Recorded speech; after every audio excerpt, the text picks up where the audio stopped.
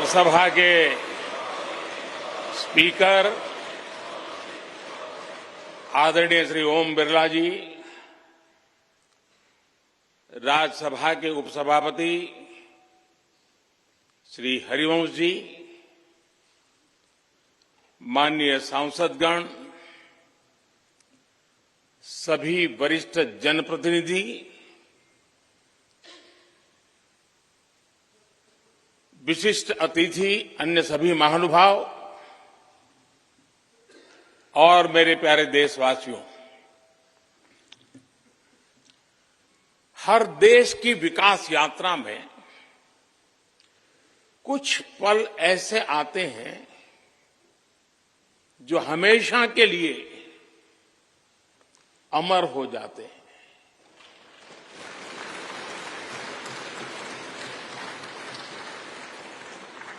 कुछ तारीखें समय के ललाट पर आज 28 मई 2023 का ये दिन ऐसा ही शुभ अवसर है।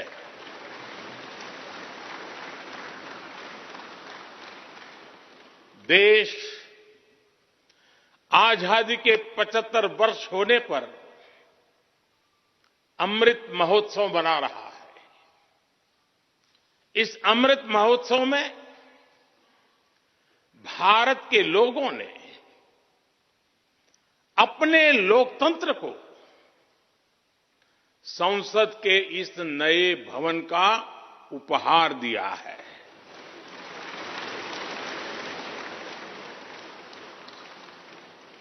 आज सुबह ही संसद भवन परिसर में सर्वपंथ प्रार्थना हुई है। मैं सभी देशवासियों को भारतीय लोकतंत्र के इस स्वर्णिम क्षण की बहुत बहुत बधाई देता हूं।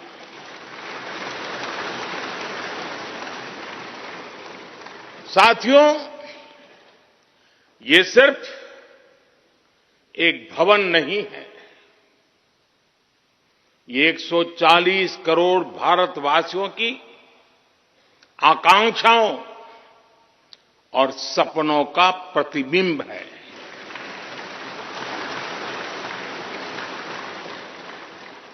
ये विश्व को भारत के दृढ़ संकल्प का संदेश देता हमारे लोकतंत्र का मंदिर है।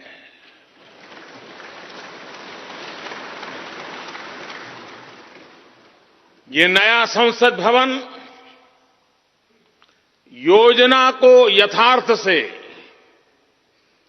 नीति को निर्माण से, इच्छा शक्ति को क्रिया शक्ति से, संकल्प को सिद्धि से जोड़ने वाली अहम कड़ी साबित होगा। ये नया भवन हमारे स्वतंत्रता सेनानियों के सपनों को साकार करने का माध्यम बनेगा। ये नया भवन आत्मनिर्भर भारत के सूर्योदय का साक्षी बनेगा।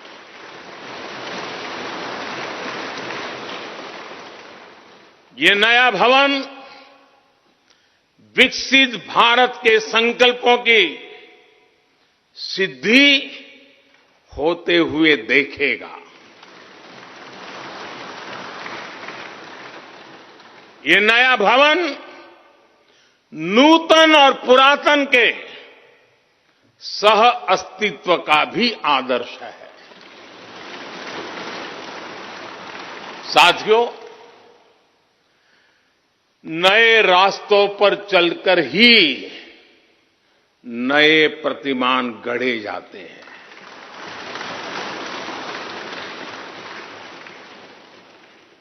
आज नया भारत नए लक्ष्य तय कर रहा है, नए रास्ते गढ़ रहा है। नया जोश है, नया उमंग है, नया सफर है, नई सोच है।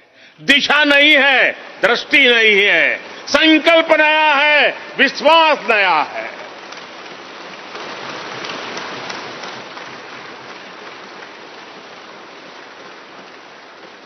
और आज फिर एक बार पूरा विश्व भारत को, भारत के संकल्प की दृढ़ता को, भारतवासियों की प्रखरता को,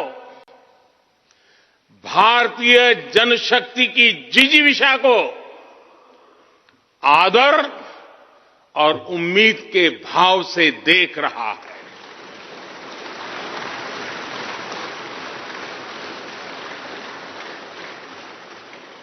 जब भारत आगे बढ़ता है तो विश्व आगे बढ़ता है।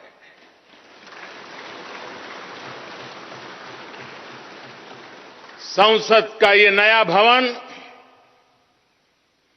भारत के विकास से विश्व के विकास का भी आह्वान करेगा।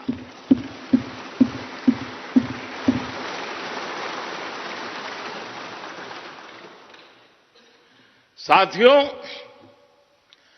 आज इस ऐतिहासिक अवसर पर कुछ देर पहले संसद की इस नई इमारत में पवित्र सेंगोल की भी स्थापना हुई है।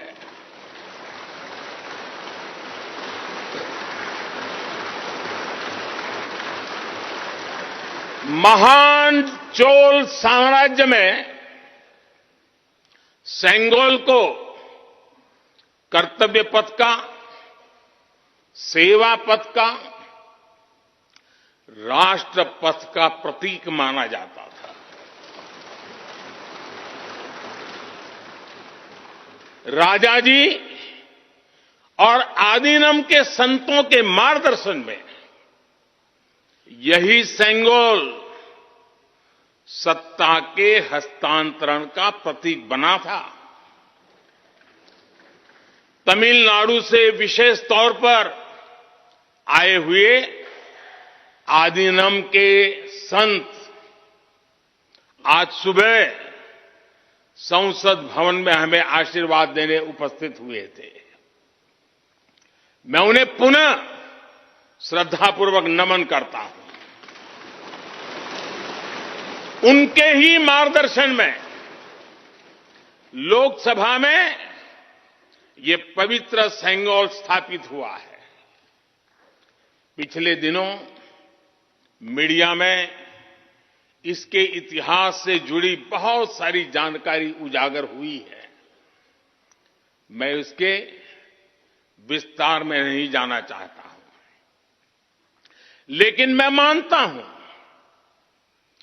ये हमारा सौभाग्य है कि इस पवित्र सेंगोल को हम उसकी गरिमा लौटा सके हैं, उसकी मान मर्यादा लौटा सके हैं। जब भी इस संसद भवन में कार्यवाही शुरू होगी, ये सेंगोल हम सभी को प्रेरणा देता रहेगा। साथियों, भारत एक लोकतांत्रिक राष्ट्र ही नहीं बल्कि लोकतंत्र की जननी भी है, मदर ऑफ डेमोक्रेसी भी है। भारत आज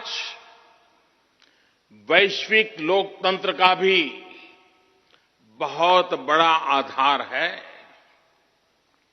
लोकतंत्र हमारे लिए सिर्फ एक व्यवस्था नहीं,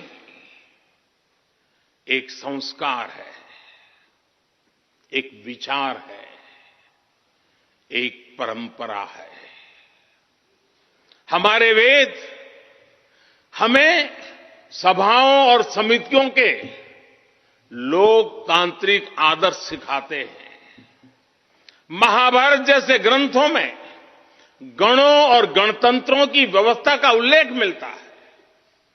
हमने वैशाली जैसे गणतंत्रों को जीकर दिखाया है। हमने भगवान बसवेश्वर के अनुभव मंटपा को अपना गौरव माना है।